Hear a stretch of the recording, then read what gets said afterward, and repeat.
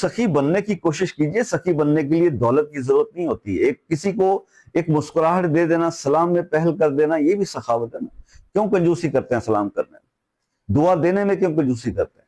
تو یہ چیزیں اپنے اندر تھوڑی لائیے, تو پھر وظائف بھی اثر کریں گے اور تبدیلی بھی جلدی آ جائے گی. صرف وظائف کو رٹنے سے اور تسبیح پہ تسبیح گھمانے سے چیزیں صحیح نہیں ہوتی ہیں. تو معذرت کے ساتھ تھوڑا بہت اصلاح کا پہلو بتانا میں ضروری سمجھتا ہوں. اب آ جاتے ہیں عمل کی طرف. سورہ العنکبوت کی آیت ہے, سورہ العنکبوت کی آیت ہے, آیت نمبر 26 نوٹ فرما لیجئے.